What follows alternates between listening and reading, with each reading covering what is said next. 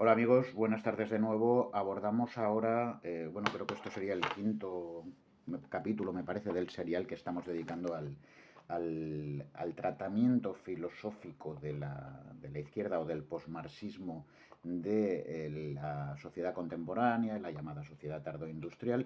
Hoy estamos analizando a Negri, a Toni Negri, ya con Michael Hart, es la segunda parte. Bueno, en la anterior he hablado o hemos hablado sobre la supuesta posmodernidad difícil de compatibilizar de Toni Negri con su condición de marxista. Creo haberlo explicado, no sé si bien. Me quedo más intranquilo con la idea del poder constituyente, que me parece una idea fundamental para entender a Negri y su reivindicación o su planteamiento revolucionario. Es un concepto que hay que entender más a la luz de Spinoza que a la luz de Marx. O si lo entendemos a la luz del marxismo es porque tenemos que hacer una cierta arqueología del pensamiento rebuscando en los textos de Spinoza. Y eso lo hace muy bien Negri, lo hace además en muchos libros y muchas ocasiones. Yo soy fanático de La anomalía salvaje, que es el libro que le dedica digamos, el libro yo creo más trascendente que le dedica a Spinoza, y en ese sentido la posibilidad de un pensamiento de las multitudes revolucionarias pasado por el espinosismo me parece interesantísimo.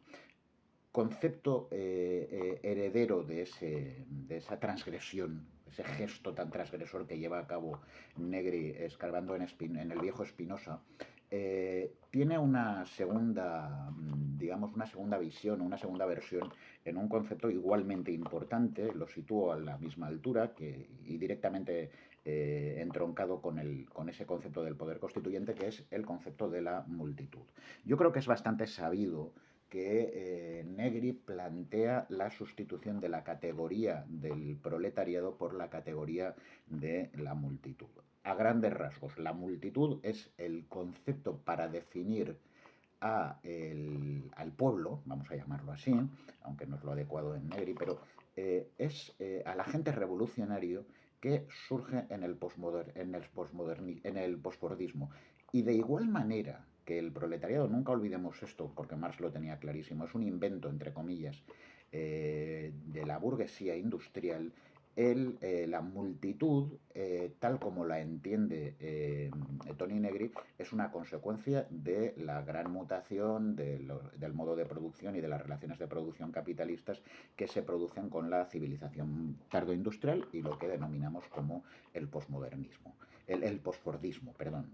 Ya sabéis que frente al modelo que se asocia con la figura de Henry Ford, de las etapas anteriores de la tercera revolución industrial y de las revoluciones anteriores, lo que ha caracterizado al postfordismo es la flexibilidad y el surgimiento de lo que también se ha venido a denominar el precariado. Es absolutamente fundamental la figura del inmigrante. A Negri le interesa muchísimo. El inmigrante, como sabemos, que se mueve por todo el mundo, lleva todas sus destrezas consigo, su lenguaje peculiar, ¿por qué no?, su capacidad creativa, y eso va, de alguna manera, desbordando fronteras. Es muy importante entender que cuando hablamos de multitud, no, y esa confusión, ojo, que es interesante evitarla, no estamos hablando de masa. Es decir, no estamos, él lo dice, Negri lo dice muy claro cuando dice multitud, no es plebes, o no es plebe, entendiendo que la plebe tiende, precisamente por su característica de masa y por tanto indiferenciada, no atiende al individuo o no atiende a las singularidades. En la multitud sí se atiende porque las partes que configuran la multitud no viven indiferenciadas como sucede en la masa, sino que se mantiene su singularidad. Eso significa que lo que compartimos los individuos es aquello que tenemos en común, pero nuestra singularidad es, por así decirlo, intraducible o no traspasable. De alguna manera podemos luchar juntos, pero el concepto es abierto, es decir, no es un concepto excluyente como en su momento lo fue el proletariado. ¿Cuál es la rentabilidad, el poder revolucionario de la multitud? Bueno, las multitudes, según Toni Negri y Michael Hart, son fuerzas antagónicas y con una capacidad a ver si me sale el palabra, desterritorializadoras, que tienen una fuerza creativa. Es verdad que las multitudes, en la medida en que se desplazan para trabajar y bueno, acuden a las fábricas o a las grandes corporaciones en busca de un trabajo y de una fuerza de trabajo que aportan, sin duda alguna, refuerzan lo que Negri llama el imperio, del que ahora hablaremos, o el nuevo capitalismo, ¿no? Es muy importante explicar por qué es ahí cuando Negri dice que el imperio es un parásito. Eso lo explicaré a continuación, pero la idea fundamental es que pasa como sucede con Marx y el proletariado. Es decir, el proletariado refuerza el enriquecimiento de las clases burguesas, pero al mismo tiempo las clases burguesas con el proletariado, según dice el manifiesto comunista, está fabricando las armas que lo van a destruir. Después parece que no lo destruyeron, pero la analogía se puede seguir haciendo. Es decir, en la medida en que el capitalismo consigue los recursos humanos, con los grandes desplazamientos y demás, y con el precariado, que le permiten lo que siempre busca el capitalismo, que es ni más ni menos que reducir costes, al mismo tiempo está produciendo los niveles de conocimiento, de cooperación, de trabajo en red, que van, las estructuras, en definitiva, de insurgencia y de antagonismo y de conocimiento que van a permitir generar las redes sociales de la revolución y del pensamiento antagónico. De alguna manera lo que estamos aquí diciendo es que ciertamente con el nuevo capitalismo han ido surgiendo nuevas formas de dominio, hay toda una nueva cartografía de la dominación global, que no solo es una cartografía geográfica, obviamente, pero que en cualquier caso nos hace asistir a nuevas formas de explotación, pero esas nuevas cartografías que lo son de la explotación, lo son también de la resistencia. Pero esto nos lleva directamente al siguiente concepto, que es insoslayable, al que voy ya. Además creo que quien me esté viendo lo está esperando. El imperio. ¿Qué es el imperio? Eh, Cuando el joven Hart y el ya veterano Negri publican un libro llamado Imperio, de alguna manera yo creo que lo que estaban pretendiendo esencialmente era darle un nombre y proporcionar el bosquejo general que nos permita identificar al enemigo. Es decir, ¿qué es eso a lo que ahora parece que se enfrentan las multitudes y que está generando las nuevas claves de la dominación, características de la globalización, pero también provenientes de los años 90, incluso de antes, ¿no? Yo diría fundamentalmente desde que Thatcher y Reagan, con los planteamientos neoliberales, terminan de alguna manera de cavar la tumba de lo que se vino a llamar el estado del bienestar. Bueno, el imperio, si queréis, lo puedo identificar con más facilidad. Bueno, Washington, el gobierno norteamericano y el ejército norteamericano, cosa fundamental.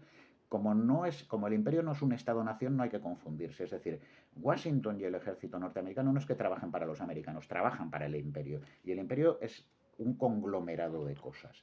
El FMI y el Banco Mundial, el Fondo Monetario Internacional y Banco Mundial, que sin duda alguna trabajan para conseguir que las naciones, normalmente las naciones ultraendeudadas y por tanto en grave situación de precariedad económica y de pobreza, por qué no decirlo, pero también la nuestra cuando entra en crisis, etcétera, generen, arbitren o implementen toda una serie de medidas que en última instancia son directamente aconsejadas, por ejemplo, por la gente de Davos, es decir, la gente que las grandes corporaciones y los grandes poderes del mundo que se reúnen para ver de qué manera pueden organizar el mundo.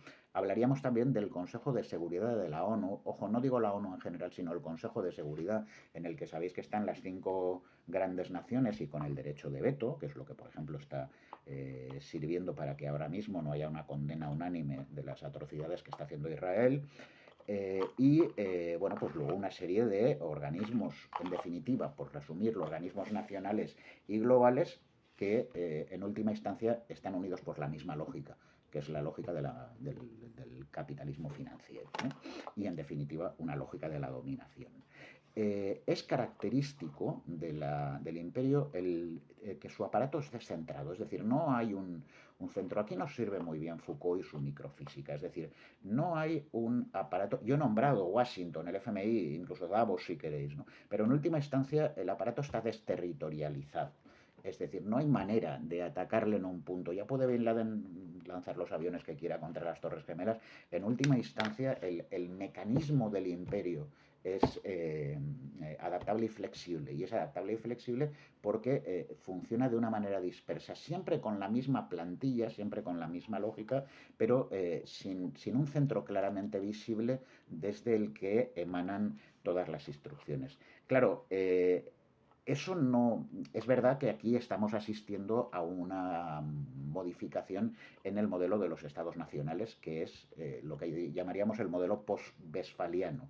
Sabéis que cuando acaban aquellas guerras bestiales del siglo XVII, el surgimiento de las naciones tal y como las hemos considerado en la modernidad nos permiten, no es un tiempo de paz, porque eso es mentira, pero el modelo de, digamos, de soberanía queda ya claramente traspasado a lo que hemos venido a llamar el Estado moderno, que es imposible de entender en la Edad Media. Eso empieza a surgir de verdad con el Renacimiento. Bueno, pues ese es el modelo que ahora mismo se está desplomando, pero no se está desplomando porque desaparezca.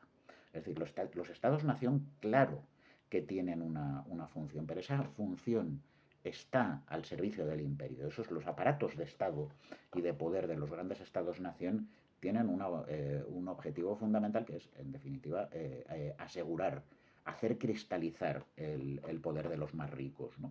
Claro, luego están las instituciones supranacionales. Hemos nombrado al FMI, bueno, podemos nombrar también no solo instituciones económicas, sino también a la OTAN y todo este tipo de organizaciones. Y en última instancia, las grandes corporaciones del capital. Es decir, lo que hemos venido a llamar las mega multinacionales, que entre otras cosas a lo que se dedican fundamentalmente es a arruinar la panoplia neoliberal de la libre competencia, que es una de las mayores mentiras, como ahora veremos, del mundo actual.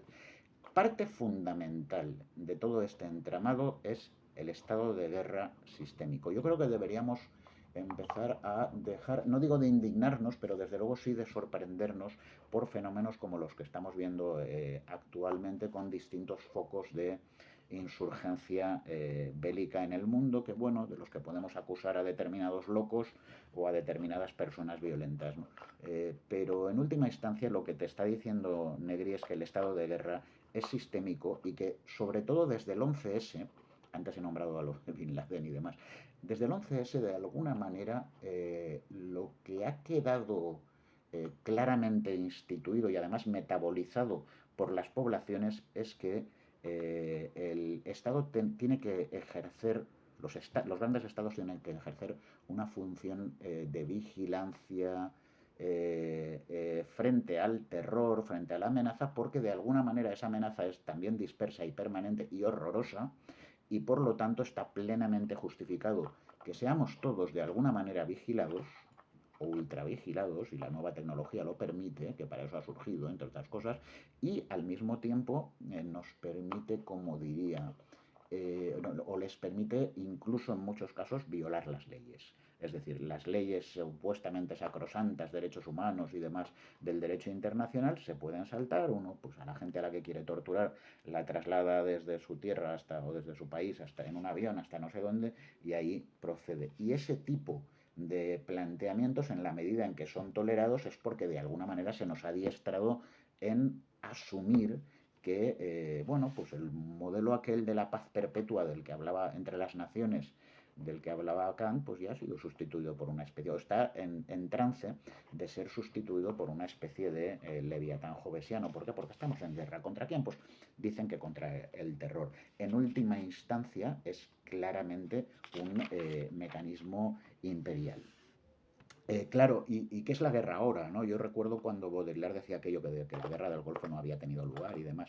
Yo creo que deberíamos, en esto hay que abrir un poco la mente y posmodernizar el pensamiento. Es decir, de alguna manera los límites espaciotemporales de la guerra ya no son los que eran. Y eso sí es verdad que ha cambiado. Es decir, la guerra no es lo que era, en gran medida. De alguna manera lo que nos están diciendo es que todos estamos en guerra. Hay pequeños focos de conflicto y demás, como por ejemplo en Gaza y Cisjordania, etcétera, o últimamente pues determinados territorios de África, Rusia y Ucrania, etcétera, pero en última instancia todos, como todos estamos en guerra y los límites de la guerra se han difuminado, es decir, hay ciertos focos, pero en última instancia la guerra está y su lógica está en todas partes, eso da carta blanca o como mínimo agudiza el riesgo de la irrupción de nuevas formas de autoritarismo, nuevas formas de control y vigilancia y nuevas formas de lo que, por ejemplo, un Foucault llamaría la administración disciplinaria.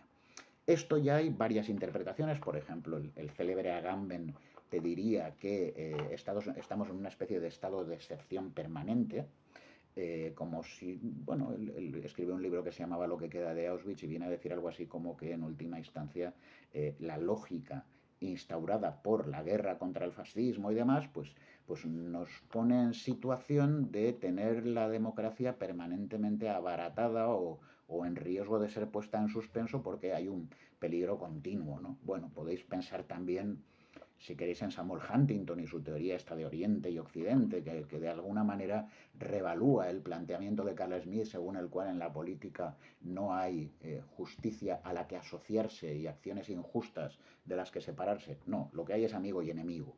Y en última instancia, por lo que te está diciendo Huntington contra el choque de civil y con el tema este del choque de civilizaciones, es que bueno, pues el mundo árabe es refractario a los valores democráticos y demás de Occidente y por lo tanto se sitúa en posición de choque de trenes con los occidentales. A mí me parece muy interesante la manera en la cual Negri rescata la concepción Foucaultiana del biopoder y la lleva hacia lo de la biopolítica. En esto es muy importante entender cómo funciona el capitalismo contemporáneo y cómo funciona de alguna manera el imperio. Yo creo que lo que ha conseguido, en eso creo que hay que darle la razón a Negri, lo que ha conseguido el capitalismo contemporáneo es desarrollar la idea de que no somos productivos en la medida que acudimos a un centro de trabajo, fábrica, oficina, lo que sea, o el campo, da igual, y producimos una serie de mercancías. No, es que la vida entera es productiva. Todo es, en cierto modo, tiempo de trabajo en tanto en cuanto sistemáticamente estamos produciendo como trabajadores, como consumidores de televisión, como consumidores de Internet que generan una serie de datos que las empresas aprovechan en la medida en que amamos y besamos a nuestra pareja y entonces eso genera la automática, como lo diría, la automática transmisión de ideas de consumo. En fin, todo esto es complicado, pero en última instancia creo que es muy interesante hacer entender cómo de alguna manera lo que se ha venido a llamar la vida privada fuera de la vida laboral va y resulta que también es, no laboral, pero es productiva, ¿no? Y es eso, es por ahí por donde va la cuestión de la biopolítica. Y luego, pues evidentemente el imperio tiene otros efectos y los persigue conscientemente. Uno es la despolitización, que es muy claro. Se trata de privatizar lo que antes o lo que entendíamos como espacios de lo público, ¿no? Yo tengo un ejemplo que me viene muchas veces a la cabeza y me parece muy divertido, el de un centro comercial que hay por donde yo vivo, que está concebido como una especie de gran ciudad. Y está lleno de tiendas, es lo único que hay, y algún centro de información y luego sitios de comer y de beber y cosas de estas, ¿no? Pero esto es un centro comercial en estado puro y sin embargo está concebido como una ciudad y hay como una especie de ayuntamiento que es falso, evidentemente, que es decorado a trezo, pero parece como que quieren trasladarle a la gente la idea de que viviendo ahí están viviendo en una verdadera comunidad, cuando ahí a lo que vas es obviamente a comprar, te desplazas en coche y luego te vas, ¿no? Pero es como si hubieran quisieran darle un recambio, no sé, enseñarte de otra manera lo que es esa vida social que en el fondo, en cierto modo, nos están haciendo perder. Porque la idea es atomizar, desocializar, despolitizar, ¿no? Luego hay otro efecto que es muy interesante que parece lo contrario de lo que estoy diciendo y sin embargo es complementario, que es el del recrudecimiento de planteamientos como el del fundamentalismo, el nacionalismo, últimamente hablamos mucho de la ultraderecha. En última instancia, esos planteamientos, que pueden ser muy golosos o muy tentadores para muchas personas seguramente poco preparadas, convienen enormemente al imperio en la medida en que pueden servir para evitar que se extiendan derechos. Tened claro una cosa, cuando la gente protestaba en la plaza del Cairo, que era plaza, con lo que se llamó la primavera árabe en el Cairo y en otras ciudades de Túnez, etcétera, Marruecos, etcétera. Bueno, Marruecos no recuerdo. En última instancia, Ese es el verdadero enemigo del imperio. ¿Que ha vuelto el fundamentalismo? ¿O que los fundamentalistas han vuelto a ser poderosos en países como Argelia, Egipto? Y, bueno, pues a lo mejor eso no es lo que más molesta al imperio. En última instancia es quien reclama derechos, quien reclama una repolitización de la sociedad, el que verdaderamente molesta. Bien, yo creo que está bastante bien definido todo este modelo del imperio, que obviamente está directamente relacionado con lo que hemos venido a llamar el nuevo capitalismo, es decir, deslocalización de las empresas, dispersión de los procesos productivos. Es muy característico también del nuevo capitalismo eso de levantarse de la mesa y decir, pues si me creas problemas, por ejemplo, a un sindicato o un comité de empresa, entonces me largo. Bueno, pues eso, la movilidad del capital y de los bloques productivos actualmente le da al capital la posibilidad de responder a la huelga o a la movilización precisamente diciendo, pues entonces soy yo el que me voy, ¿no? Que eso era algo impensable en las anteriores revoluciones industriales. Bueno, pues eso es ni más ni menos es la deslocalización, ¿no? En última instancia, si entendemos que son los estados, sus instituciones, las que pueden garantizar nuestro derecho, lo que tenemos que saber es que están sometidos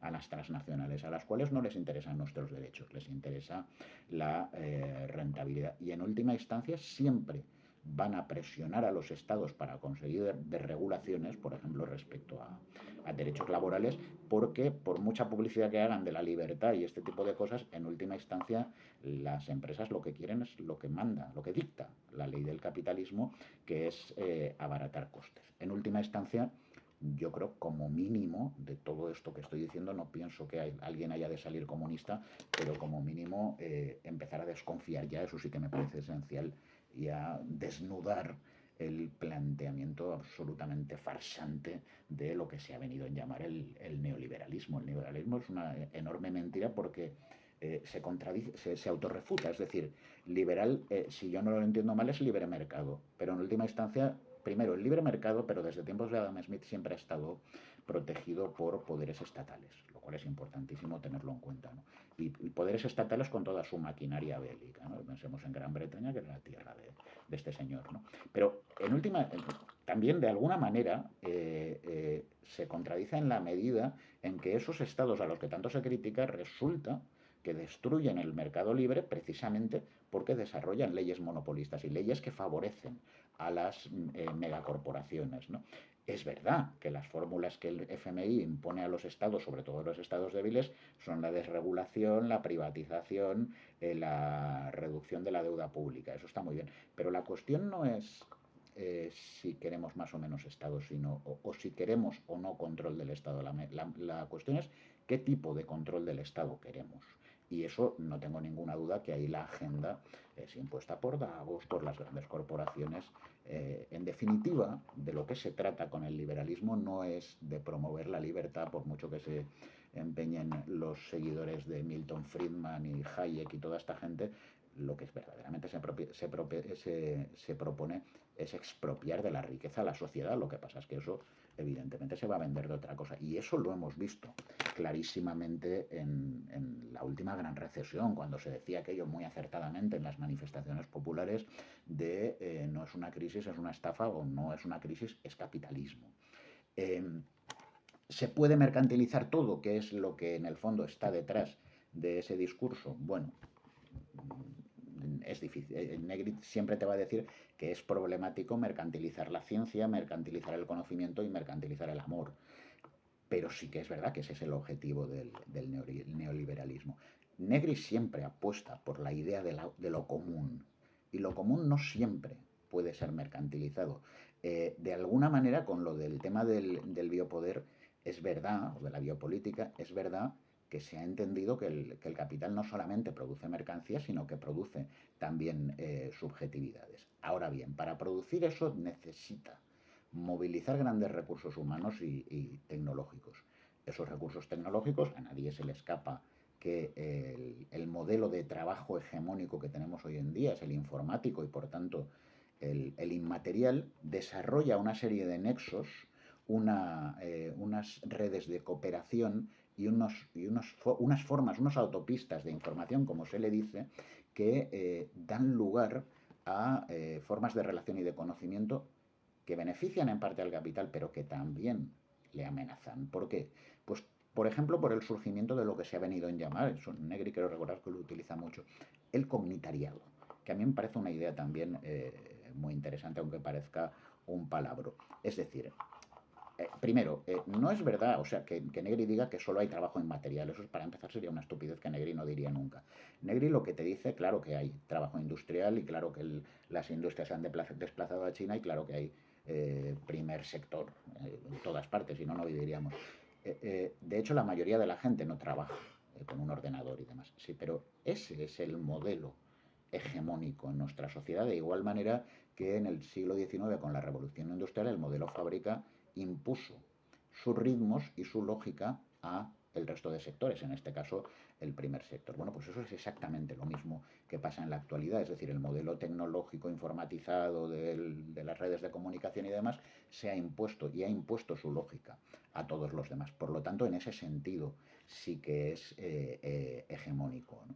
Esas nuevas formas de comunicación en red están cambiando las condiciones de la producción y de la rentabilidad, sí, pero también están creando nuevas condiciones para un nuevo tipo de insurrección. Eso es lo más Negri, lo más Tony Negri Hart que yo creo que se puede explicar.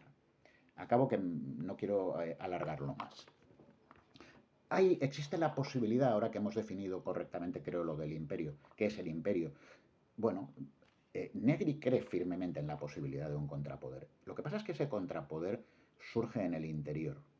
Y en ese sentido es muy importante ir un poquito más allá de autores como Kant, Hegel y compañía, demasiado aficionados a la búsqueda de instancias exteriores y ardides de la razón y del espíritu y cosas por el estilo. El contrapoder surge dentro y es inmanente a la lógica del imperio. Los resistentes lo primero que necesitan, dado que surgen de dentro de la lógica del capital, es identificar al enemigo. Y luego, asumiendo las diferencias entre ellos, ser capaces de alumbrar un lenguaje común. El enemigo todos sabemos que está deslocalizado, lo hemos explicado antes y yo creo está deslocalizado y eso es la deslocalización, es decir, está descentrado, está disperso. Es verdad que va dejando huellas aquí y allá y por todas partes, ¿no? La especulación financiera, por ejemplo, ¿no? Las formas de vigilancia mediática que van surgiendo y tal y que últimamente nos abruman, pensar en Snowden y Wikileaks y todas estas cosas, ¿no? Que son más serias de lo que parecen. En última instancia esas son huellas del poder del imperio, ¿no? Pero hay que identificarlo y hay que ver de qué manera funciona y habilita sus redes de dominación para ir creando los espacios de la insurrección, ¿no? Negri y Hart le dan mucha importancia a las migraciones. Ojo que este es probablemente el gran fenómeno de nuestro tiempo. Las migraciones hoy son movimientos muy difícilmente controlables, yo diría claramente incontrolables, generan en las ciudades, en los pueblos, en las aldeas, generan espacios de hibridación social sumamente interesantes. El nuevo ciudadano cosmopolita, ya que hablábamos de Kant, es ese migrante que a veces llega de otro sitio, pero a veces llega de otro sitio y a su vez ha sido rebotado de otro o va a terminar en otro. Todo eso va a hacer falta gestionarlo y va a dar lugar a una presión que podría hacer posible la transitividad, la puesta en práctica de ciertas propuestas, como por ejemplo a las que se refieren Negri y Hart, como por ejemplo la ciudadanía global. En los últimos tiempos se ha hablado mucho y hasta cierto punto se ha puesto en marcha, aunque muy tímidamente, la renta básica, que es importantísimo por muchas razones. Luego la posibilidad de crear espacios de reapropiación de las multitudes del conocimiento, que tiende a ser muchas veces privatizado y es algo por lo que se está luchando, es una de las grandes guerras de nuestro tiempo, el tema de la free culture y la propiedad del conocimiento y los derechos de propiedad, de todo, no solo de la música, del cine y tal, sino de cosas como por ejemplo las semillas, se me ocurre, ¿no? En última instancia, y esta es una de las razones fundamentales por las que yo valoro muchísimo a Tony Negri, aparte de por su enorme talento, yo creo que él sí ve más que Zizek, en mi opinión, incluso que Rancière, una posibilidad de insurreccional que ha ido dejando huellas muy relevantes desde, yo diría, finales del siglo XX, principios del XXI, con las famosas protestas contra, creo que fue contra el Foro Mundial, me parece, de Seattle, 1999, luego de Génova, y lo que terminó constituyéndose como el Foro Social Mundial, que se celebró en varias ocasiones en Porto Alegre, en el cual se reunieron pues toda una serie de grupos movilizados por distintas causas y que tuvo una gran repercusión pues, periodística, intelectual, filosófica. Sigue produciéndose este tipo de reuniones y foros, pero es evidente que han perdido bastante potencia desde aquellos años. No obstante, pueden haber dejado una primera huella de un camino a seguir. La organización en red, cosa fundamental, pensad que Seattle ya surge en la época de Internet, la existencia de una serie de grupos reivindicativos con reivindicaciones o con exigencias y derechos heterogéneos, pero sin un centro que de alguna manera determine qué es lo que es prioritario, y luego pues la autonomía de los grupos, que es lo que ha dado lugar un poco a esa sensación de anarquía que muchas veces se les ha criticado y que Negri no está de acuerdo. Cree que eso no requiere. La autonomía de grupo lo que permite es que los grupos sigan actuando. No genera un caos ni un desorden, ¿no? Aquí viene la clásica pregunta y con esto de verdad que ya acabo. Las movilizaciones sociales no corremos el riesgo, y ojo que ahora estamos asistiendo a ciertas cosas al respecto, no corremos el riesgo de que resulten reaccionarias. Es decir, no pueden llegar a terminarse en un nos reunimos porque estamos enfadados, porque han bajado los sueldos, porque hay deslocalización y tal, pero terminamos apoyando a un Trump porque lo que queremos al final es que los gays no sean un lobby tan poderoso, como dice la ultraderecha, las mujeres no crean que nos pueden apartar a los hombres de los lugares de poder y pues yo qué sé, y además van a echar a los inmigrantes y si quieres hasta a los negros que ya llevan varias generaciones aquí, ¿no? Es decir, no podemos estar encontrarnos en el riesgo de que estas movilizaciones sociales de las que habla Negri generen efectos como el fascismo, pensemos en el nazismo, sin ir más lejos en los años 30, ¿no? Bien, aquí hay que tener muy claro una cosa, es decir, no se trata solo de funcionar en red y no se trata solo de asociarnos a partir del cognitariado y todo este tipo de cosas. Es decir, ahí son muy importantes los contenidos. Los fascistas también utilizan, o los reaccionarios también utilizan Internet, y eso lo sabemos todos, ¿no? Entonces, los contenidos también son importantes, y en eso Negri hace mucho hincapié, no me parece mal. Los contenidos han de ser emancipatorios. En el caso del Foro Social Mundial estuvo muy claro. Es decir, peleaba contra el imperio reivindicando libertades y derechos para todos, con distinción de las razas, la liberación de los pueblos coloniales no suficientemente descolonizados, cancelación de la deuda, todo ese tipo de cosas. En definitiva, estamos hablando de medidas contra las que se elaboran propuestas más o menos realizables y más o menos precisas, pero en última instancia siempre buscando lo que Negri llamaría la pietas o la simpatía humana, o si lo queremos, a favor de una sociedad más libre, más justa, menos violenta, menos racista, menos machista. En definitiva, señores, yo creo que hay que leer a Negri. Muchas gracias.